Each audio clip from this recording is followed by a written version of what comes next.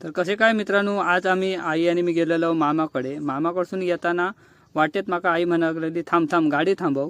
आणि गाडीवरून उतरली आणि काहीतरी पडलेली फुलं निवडूक लागली. म्हणून मी विचारले कसली फुलं, ते म्हणा लागली ही पळसाची फुलं.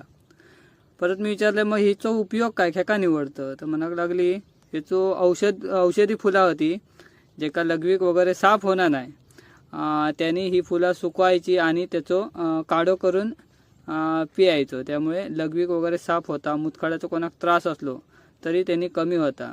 म्हणून आम्ही ते निवडलं. बघा ही पळसाचं झाड आहे बघा, आणि त्याका फुलं जातात. मी पहिल्यांदाच ही फुलं बघलंय, पहिल्यांदाच ऐकलंय.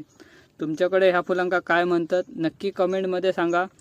आणि कोणाक जर असं त्रास होत असत तर ही फुलं शोधा आणि त्याचं औषध करून नक्की घ्या. हे बघा झाडं मोठी असतात त्याची, हे बघा. आणि बघा ही अशी फुलं असतात. तर तुमच्याकडे या फुला काय म्हणतात नक्की सांगा.